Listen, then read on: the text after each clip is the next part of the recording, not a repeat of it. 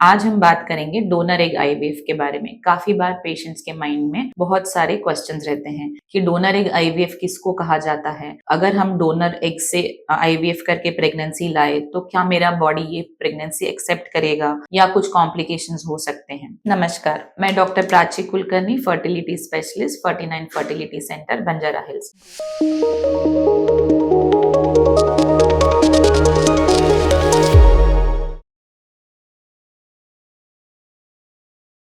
तो donor egg IVF जो होता है उसमें हम क्या करते हैं कि अगर कोई महिला जिनका मेनोपॉज हो गया है, यानी कि उनके सारे एग्स अगर खत्म हो गए हैं, लेकिन वो लॉ के हिसाब से आईवीएफ के एज कैटेगरी में बैठ रहे हैं, जैसे उनकी एज 50 से कम है, वो मेडिकली फिट है, तो उन्हें हम डोनर एग आईवीएफ से जाने के लिए सलाह देते हैं। या फिर और अगर कोई पेशेंट है जिनको खुद के अंडों से कोशिश करने के बाद, मल्टीपल आईवीएफ के बाद भी अगर अच्छे ग्रेड का एम्ब्रियो नहीं बन पा रहा है, या फिर कभी कभी ये होता है कि एम्प्टी फॉलिकल्स हम जिसे कहते हैं कि जो फॉलिकल्स है वो एस्पिरेट करने के बाद उसमें हमें एग्स ही नहीं मिल रहा हो, ऐसे सिचुएशन में हमारे पास ट्रांसफर के लिए एम्ब्रियो नहीं बन सकता है, तो इन पेशेंट्स को हम डोनर एग आईवीएफ के लिए जाने के लिए सलाह देते हैं। और क्या रीजंस हो सकते हैं डोनर एग आईवीएफ के? तो जिन पेशेंट्स का एग रिजर्व बिल्कुल ही कम है, भले उनको पीरियड्स आ भी रहे हों, तो जैसे अगर उनके एक या दो ही फॉलिकल्स दिख रहे हैं और वो चाहते हैं कि अगर उनको खुद के एग से ही प्रेगनेंसी आए, तो उन्हें काफी बार मल्टीपल साइकिल्स पूलिंग के लिए जाना पड़ सकता है, जो कि कॉस्टली हो सकता है कि हम एक आईवीएफ साइकिल करके जो भी एक या दो अंडे डेवलप हो रहे हैं उनको बाहर निकाल के एम्ब्रियो बनाने के लिए कोशिश करेंगे। ऐसे मल्टीपल टाइम्स करने के बाद जब हमारे हाथ में 2 से 4 अच्छे ग्रेड के एम्ब्रियोज हैं, तब जाकर के हम इन पेशेंट्स को ट्रांसफर अटेम्प्ट करते हैं। तो ऐसे सिचुएशन में अगर पेशेंट्स नहीं चाहता कि मल्टीपल साइकिल्स आईवीएफ के करें, या फिर फाइनेंशियल रीजन की वजह से मल्टीपल साइकिल्स नहीं करना चाहते, या इंजेक्शंस इतनी बार नहीं लगाना चाहते हैं, तो इन पेशेंट्स को भी हम काफी बार डोनर एग आईवीएफ के लिए जाने की सलाह देते हैं। तो अब हम देखते हैं कि डोनर एग जो है वो कैसे हम अवेलेबल कर सकते हैं आईवीएफ के लिए। तो हमारे पास जब कोई कपल आता है, उनके केस में जो भी रीजन है जिस वजह से हम डोनर एग सजेस्ट कर रहे हैं वो हम एक्सप्लेन करते हैं। अगर पेशेंट को, मतलब कपल को, ये अगर एक्सेप्टेबल है कि वो डोनर से जाना चाहते हैं, तो उनको हम रजिस्ट्रेशन करने के लिए कहते हैं, और रजिस्ट्रेशन में साथ साथ उनके डोनर के क्या रिक्वायरमेंट्स है वो भी बताने के लिए कहते हैं। यूजुअली हम जब मैचिंग करते हैं डोनर एग के लिए, तो पेशेंट्स कपल के ब्लड ग्रुप जो होते हैं, उनका जो कॉम्प्लेक्शन होता है, hair colour, skin colour, height, ये चीजें हम लोग यूजुअली मैच करके उनके लिए एआरटी बैंक में से डोनर का सिलेक्शन करते हैं। और जो एग डोनर रहते हैं उनके भी सारे ब्लड टेस्ट हम करते हैं सिलेक्शन के पहले, ताकि हमें पता चले कि वो कोई भी बीमारी से फ्री है, जैसे कि इन्फेक्शंस होते हैं, एचआईवी, एचबीएसएजी, एचसीवी, ये सारे इन्फेक्शन का स्क्रीन होता है। उनको थायराइड या शुगर का प्रॉब्लम नहीं है ना, ये ब्लड टेस्ट में हम श्योर कर लेते हैं। उनको प्रेफरेबली खुद का एक बच्चा है, एटलीस्ट हम लोग सिलेक्शन के पहले देख लेते हैं। फिर और भी कुछ क्राइटेरिया रहते हैं, हम सोनोग्राफी पे उनके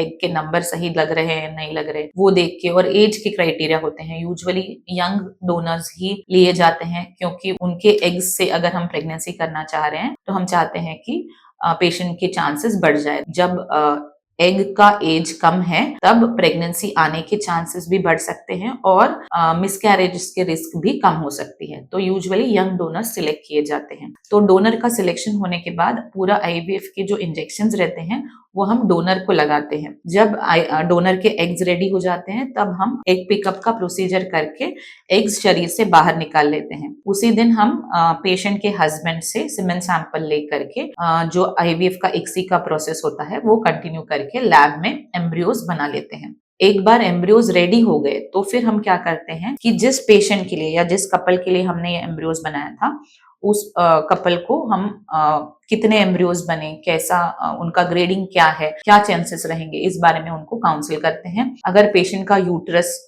अच्छा है, उसमें कोई भी प्रॉब्लम्स नहीं है, तो हम उनको जो HRT रहता है, मतलब हार्मोन रिप्लेसमेंट थेरेपी, उससे हम उनका यूट्रस, गर्भाशय जो है, उसके लाइनिंग के साथ हम रेडी कर लेते हैं। एक बार यूट्रस रेडी हो गया तो हम उनका एम्ब्रियो ट्रांसफर प्लान करते हैं। अगर बाय चांस पेशेंट के गर्भाशय में भी कोई प्रॉब्लम्स है, जैसे कि किसी की लाइनिंग परत जो होती है वो बहुत ही कमजोर है, या लाइनिंग के अंदर कोई पॉलिप है या फिर कोई फाइब्रॉइड है यूट्रस के अंदर जो बच्चेदानी के ऊपर प्रेशर दे रहा है, कैविटी के अंदर प्रेशर दे रहा है, तो इन सारी चीजों को हमें ट्रांसफर के पहले सही करना होता है। तो अगर इनमें से कोई प्रॉब्लम नहीं है तो डायरेक्टली हम HRT स्टार्ट करते हैं। इनमें से अगर कोई प्रॉब्लम है, फाइब्रॉइड की गांठ है, एडिनोमायोसिस है, हाइड्रोसाल्पिंग्स है, तो ये सारे जो गर्भाशय के रिलेटेड जो इश्यूज होते हैं वो हम पेशेंट के सही करके फिर उन्हें HRT दे करके फिर उनका एम्ब्रियो ट्रांसफर प्लान करते हैं। तो यूजुअली जो यूट्रस होता है उसमें अगर हम डोनर एग से बनाया हुआ एम्ब्रियो डालते हैं तो इम्प्लांटेशन में कोई भी प्रॉब्लम नहीं आती है, क्योंकि यूट्रस के अंदर का जो इम्यूनोलॉजिकल मैकेनिज्म है वो बाकी बॉडी से अलग होता है। यूजुअली भी जब आप नेचुरली कंसीव करते हो तो जो एम्ब्रियो का जेनेटिक्स है वो 50% आपके बॉडी से फॉरेन मतलब डिफरेंट है, जो कि आपके हस्बैंड से आ रहा है, फिर भी यूट्रस ये प्रेगनेंसी एक्सेप्ट कर लेता है। उसी तरह अगर ये 100% भी आपकी बॉडी से डिफरेंट हो, जैसे कि डोनर एग और आपके हस्बैंड का स्पर्म, तो भी आपका बॉडी ये एम्ब्रियो एक्सेप्ट कर लेता है। जब अगर हम देखें तो एम्ब्रियो डोनेशन यानी कि अगर एग भी डिफरेंट हो और स्पर्म भी डिफरेंट हो, जैसे कि हस्बैंड का ना हो, तो भी यूट्रस ये प्रेगनेंसी एक्सेप्ट कर लेता है। तो डोनर के से एग लेने से या डोनर से एम्ब्रियो पूरा लेने से आपके इम्प्लांटेशन पे कोई भी असर नहीं होता है। इनफैक्ट जिनको मल्टीपल IVF के बाद भी खुद के एग से प्रेगनेंसी नहीं आता है, काफी बार ऐसे पेशेंट्स को डोनर एग में फर्स्ट साइकिल में ही सक्सेस आ जाता है, अगर उनके गर्भाशय में कोई भी और बड़ा रीजन फेलियर के लिए ना हो। तो अगर कोई रीजन भी है तो अगर हम उसे सही करके जाएं तो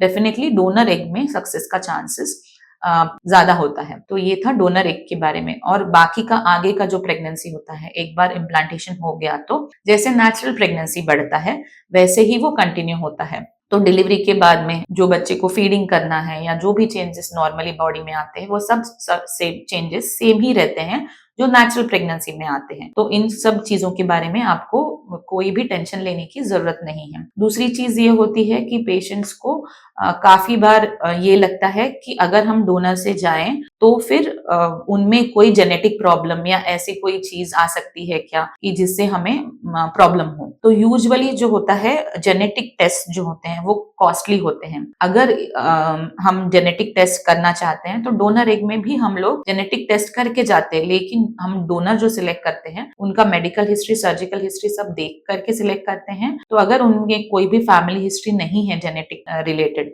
तो फिर ऐसी चांसेस रहने की आशा नहीं रहती है। लेकिन अगर आप चाहते हो तो डेफिनेटली डोनर एग में भी हम जेनेटिक टेस्ट करके आपके लिए IVF के लिए कोशिश कर सकते हैं। दूसरी चीज ये होती है कि काफी बार पेशेंट्स को ये लगता है कि अगर हम डोनर से जाएंगे तो अगर बाकी लोगों को पता चल जाएगा तो वो हमारे लिए अच्छा नहीं है। तो डेफिनेटली ये चीज बहुत इंपॉर्टेंट है और ना ही क्लिनिक से, ना ही डॉक्टर से, ना ही हमारे कोई भी स्टाफ से ये चीज आपके कपल के सिवा किसी और को हम बताते नहीं है। तो ये बहुत ही कॉन्फिडेंशियल चीजें रहती है जिसमें सिर्फ कपल का कंसेंट और कपल के लिए एज अ सीक्रेट ये हम क्लिनिक में रखते हैं।